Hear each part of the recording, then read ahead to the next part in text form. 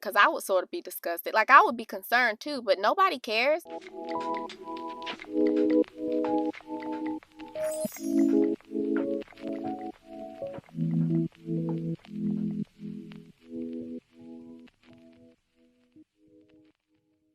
Good morning, good evening, good afternoon. By the title, you can tell that I'm going to be talking about my employment history for a number of reasons, but I did want to give some context just for people who are interested in trucking or curious to what I may have done in the past. Pretty much what was Nisha doing before she was in trucking? I'm going to be briefly answering that question, and you may relate.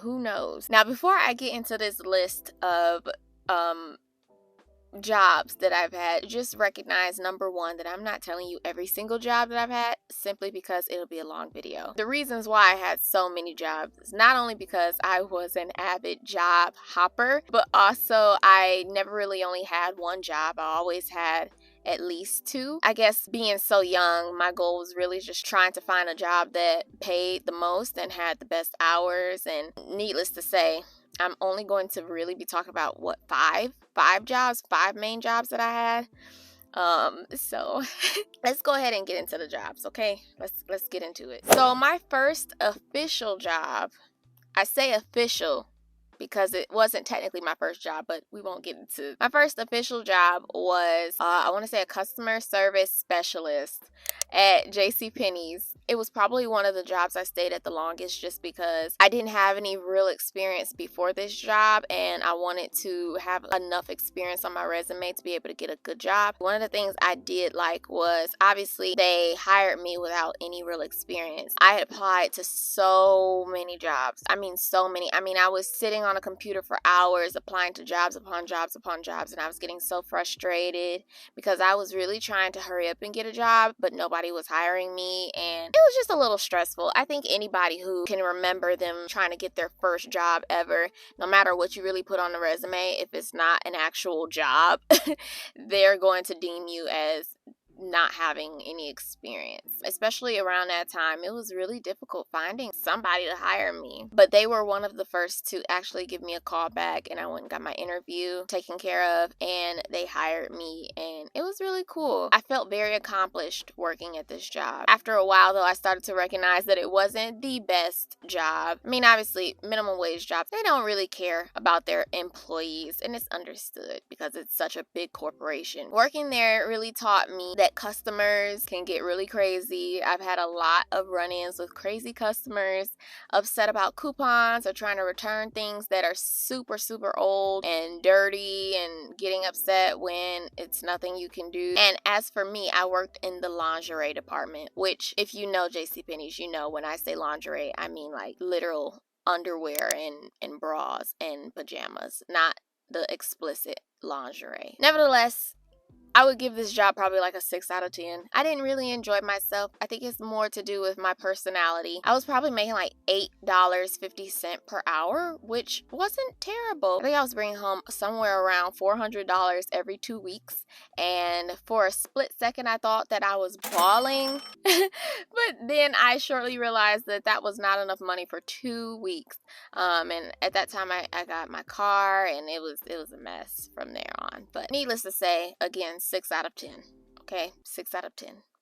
Another job that I had shortly after JCPenney's, I worked at a movie theater. I worked at AMC movie theater. I can't lie to you, I really did like this job. For one, I liked the perk of being able to go and see movies for free. If you know me, you know that I absolutely love movies. I also met a lot of cool people. It was really fun. I enjoyed myself. A lot of it was lackadaisical because it wasn't like I was specifically in one area. I got hired in as someone who would be primarily at the, I forgot what it's called, like the area where you print off the tickets and hand it to the people. I guess the ticket booth or something like that. I worked there primarily, but I will also work at the concession stands.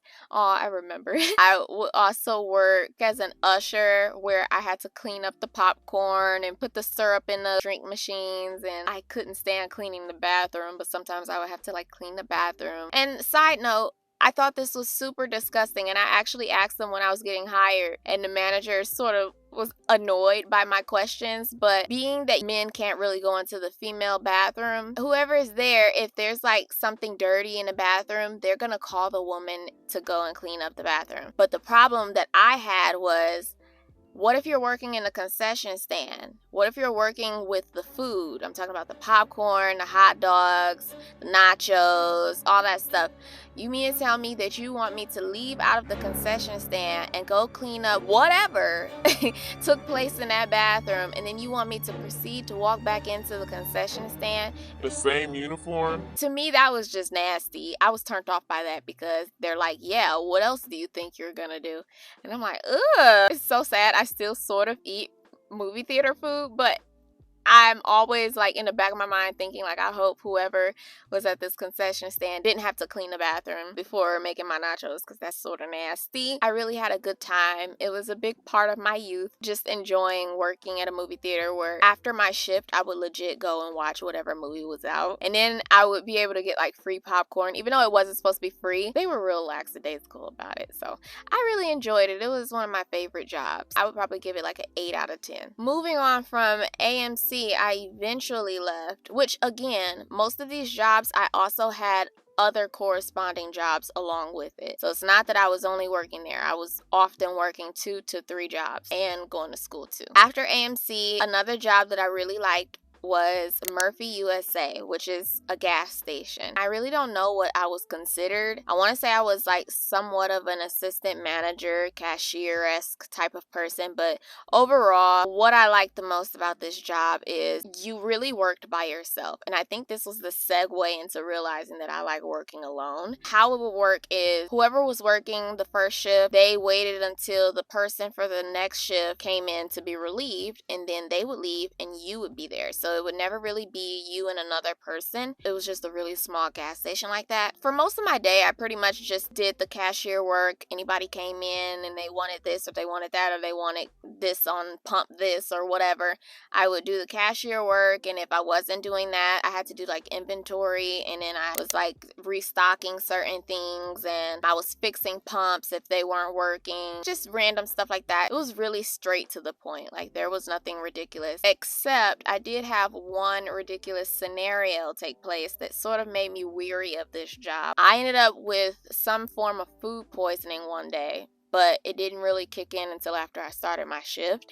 And honestly, it's a terrible story, but I'll get into it. I started to feel really sick. It started progressing very slowly, but then after some point, I started to feel like I needed to go to the bathroom. The problem with that is me being the only person there, because the bathroom was on the outside of the building. So I would have had to leave from where I was at. If I left, I had to pretty much lock the doors to keep everyone from coming in. And then I also had to have people waiting on me, right? The problem was I only had like 2 seconds. So I just completely bypassed locking the doors. I just couldn't do it. I had to run to the bathroom. I was handling business and I was feeling terrible. Eventually I came back out, and when I got to the desk, people were waiting in line. I feel like I was noticeably sick. I felt weak and shaky, like I had a fever or something. So I remember it was this one guy. He was asking for a carton of cigarettes, and I just remember that I started to feel nauseous, like I was gonna throw up. After I grabbed his cigarette, I thought he was about to leave, but either way, I ended up having to grab one of those thank you bags, and I just hurled in it. I really couldn't contain it. It just came out. And he never left. He stood there because he actually wanted something else. But I'm just like throwing up. I mean, heaving, like, hood. Like, it was so embarrassing and bad, and I felt so sick and just exposed. But I'm like, I really can't hold any of this in. I'm really sick. Obviously, in the midst of all this, I've been contacting whoever was supposed to come next for their shift and the manager, letting them know, like, I am very ill and I need someone to come now. And the manager wasn't able to come, and the person that was coming for their shift, they weren't able to come the time that I needed them to come. So long story short, he was like so unfazed by me throwing up. He was pretty much like waiting for me to be done. He just had like this straight face. And when I finished, he proceeded to ask me for whatever he needed, and I gave it to him. Then the next person in line, like, everybody was so desensitized to me like barfing in a bag, and it sort of threw me off because nobody was concerned, which I wasn't looking for concern, but I was also thrown off because it's like, y'all not even gonna look disgusted, because I would sort of be disgusted. Like, I would be concerned too, but nobody cares. Like, it was such a weird thing. But for the most part, yeah, it was embarrassing, and that was something that made me weary of being by myself, where I had to be around customers and all of that stuff. But for the most part, I give the job probably like a 7.5 out of 10. I think the next job directly after Murphy USA, which I didn't even quit that job. The reason why I left was because they had to do remodeling, and so it was a temporary layoff. They planned on hiring me back in, but I ended up just leaving for good because I was looking for some more money. And I ended up finding a teller position at a credit union. One of the main reasons why I wanted to work at a credit union was because I wanted to learn more about finances. I wanted to get more just, I guess, savvy, and I wanted to learn from the inside. So I got the teller position, and they started me off with, I think, like $12.50, something like that, and I thought I was balling. I didn't spend my money on expensive things, but I definitely didn't feel like I was penny pinching like I used to. And granted, I did have multiple jobs before this job, but I dropped my multiple jobs and I was able to work this job because it was full time and I was getting paid more than I was when I was working multiple jobs. So I was happy. I didn't think that I was making the most money I would ever make, but considering it was the most money I had made so far, it was like, yeah. However, this was probably one of my least favorite jobs for a number of reasons. First of all, before I get into the things that I didn't like, what I do appreciate from this job is it did teach me a little bit more about finances. It didn't teach me as much as I expected. Part of that is because I didn't take the opportunity to really get into it, because at some point I just started to not like the job. But what I learned, it did prove to be important for the long haul. Also, I liked the fact that it was full-time because it really gave me a mature stance on having a job. I guess it matured me because up until that point, I really didn't have a full-time job. It really showed me that I needed to step my game up when it came down to being primed and proper, because up until that point, every job that I worked at, I could come in with like yoga pants and a t-shirt and my name tag, and it would just be like that. But this job, they wanted you to wear the slacks with the dress shirt and blazer and, you know, looking upkept. I never really needed to do that. Like, obviously in school, like in high school, we had something like that. But I mean, I was so young, I really didn't care. But I had to learn quickly how to be put together. And I never really was taught that growing up. So it was like, oh, okay, I can't come in with wrinkles. Okay, I gotta figure this out. So it really did teach me a little bit more about being more put together, even though I ain't like it. That's really not my personality to wear blazers and stuff. Like, every once in a while, yeah, but every day it made me feel fake. Like, I'm not this person. I don't know, it just made me feel fake. Other than that, one thing I did not like, full time is fine, right? But I didn't like that it was from 8 to 5, because that meant that I couldn't really get anything else done that I needed to get done. Like, say if I needed to go to the DMV or something, I really couldn't get some of the more important things done. It took up most of my day, and I was trying to, at this point, actually build a business. I was going to start a makeup business. Clearly, I don't even wear makeup, so it's just funny that that was the goal at that point. But I didn't feel like I fit in with the people who worked there. Everybody was, I guess, more type A, and I'm naturally more type B, and while I don't really put my identity into that, it was very evident in this setting. I was also going through a lot around this time with everything else going on in my life, that I really wasn't even in the best mindset working here. Other than that, I think the biggest problem for me was the customer service aspect, because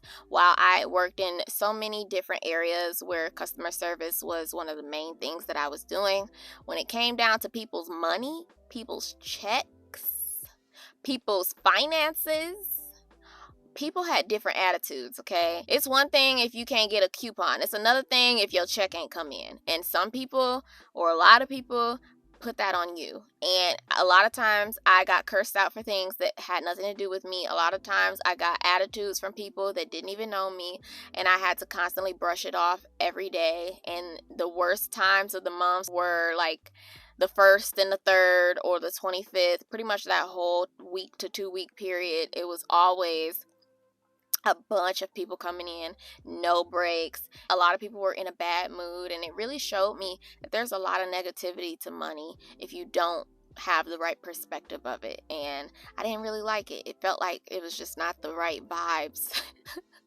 For lack of a better word, I just didn't like the vibes. Needless to say, it really did teach me lessons that I wouldn't have otherwise learned working there, but I was very eager to leave. So it's so funny. I figured out that I was going to start trucking during my teller position at my credit union, and so I quit knowing that I was going to start trucking. But because I was going through a nonprofit, I was also sort of waiting on them to give me the start date. I'd already saved a decent amount of money, so I wasn't concerned with being broke while I was waiting. I was also told a roundabout date that my nonprofit was going to be ready for me to come in and start so that I can get into my trucking school.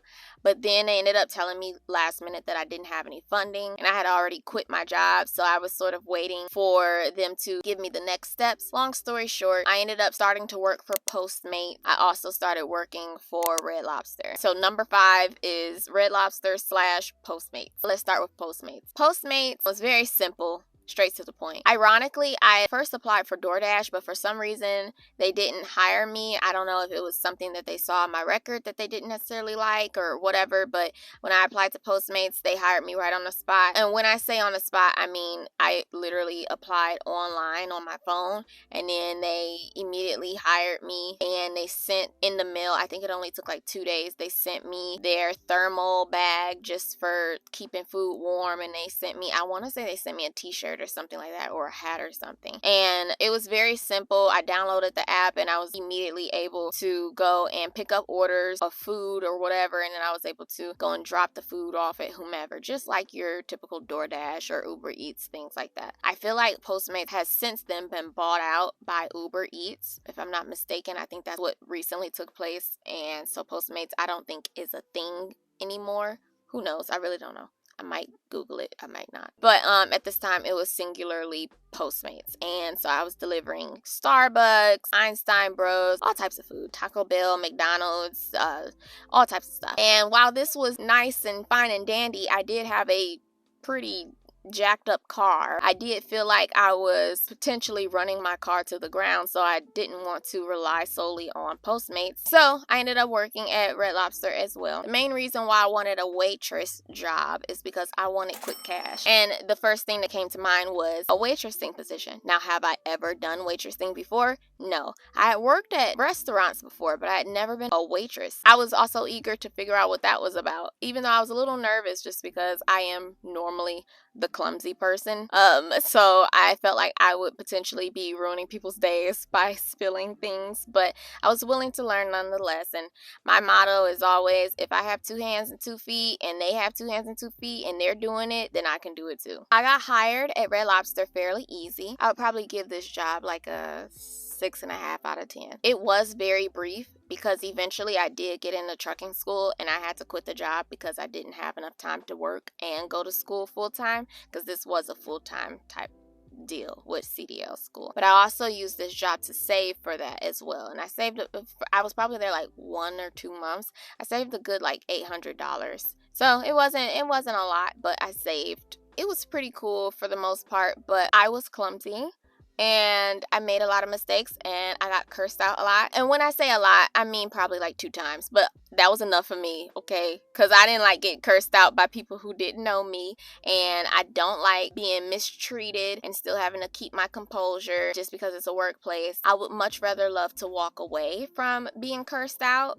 because it's not that I feel like I need to rebuttal or do anything like that. It's more of, I need a chance to get myself together. And I don't necessarily care for the fact that when you are working at an establishment, you have to just take it with a smile. because that's not how I'm feeling. I don't think that it's wrong to do that. I just, at that moment, didn't really want to deal with that. I did get pretty good while I was there, but I knew it was very temporary. And the main reason why I left, like I said, is because I was starting CDL school. I just remember being in awe of the girls who were doing waitressing before me, and I came in, and the lady that trained me, she would get these big orders of these tables filled with like 6 people. She would like go and grab all the plates, put them on one tray, and hold them just like this with one tray, and it'll be like drinks filled to the rim and everything. And I would be looking at her in awe, like, man, how are you doing that? And at first, it was very difficult for me to hold it, but eventually I learned, and I felt so accomplished that I was out here holding plates. And they were heavy plates too. Don't think they were small plates. These were the thick ceramic plates filled with all types of smaller dishes for your sauces and things like that. And then you got the drinks with the ice and all that stuff. And you also don't want to walk too fast and spill the drinks into the food. And I think that it was liberating learning how to do something that I